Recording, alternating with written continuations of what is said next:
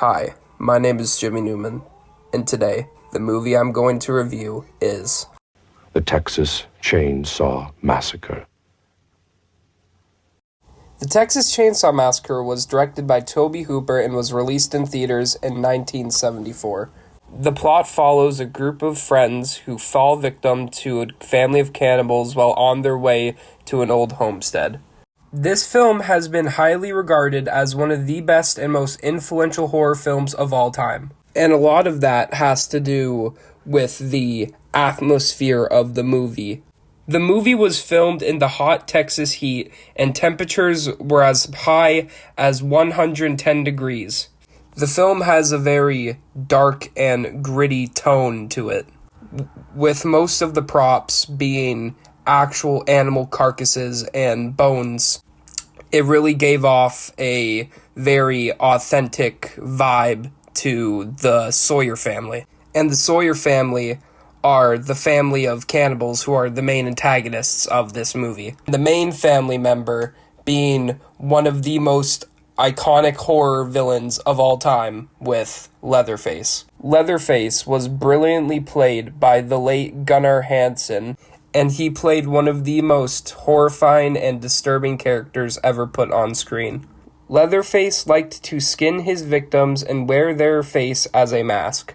And throughout the film, he likes to play dress-up with the different victims he's killed, with his main weapon being the iconic chainsaw.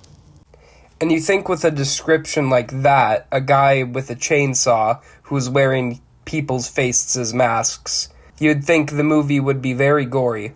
But surprisingly not. There is barely any gore, with most of it being implied and suggested, which I think actually adds to the movie, because instead of showing gory practical effects, they mostly show the horror of the kills through the sound design and the raw reactions from the victims, which gave off like a snuff film vibe to it.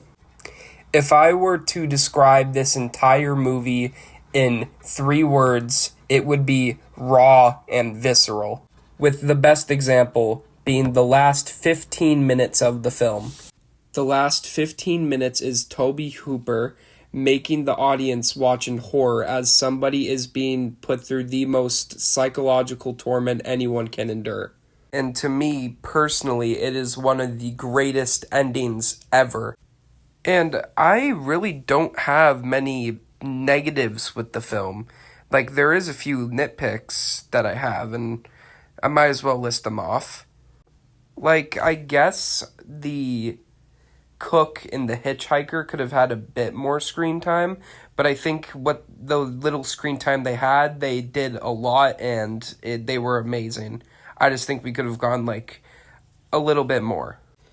Like, there is some times where some characters make dumb decisions, but it's not, like, it's very far in between, and it doesn't happen as frequently. I think there's only, like, 1 or 2 things that I think that could have been done a different way, but it doesn't, like, impact the movie for me. It's just really a nitpick.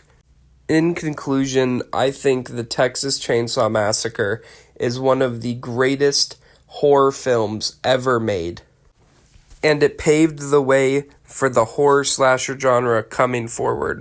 And personally, I don't think any other film since then has been able to top and match the same vibe of the Texas Chainsaw Massacre. Besides Halloween, of course. And all that said, I'm going to be giving the Texas Chainsaw Massacre a 10 out of 10. Thanks for listening.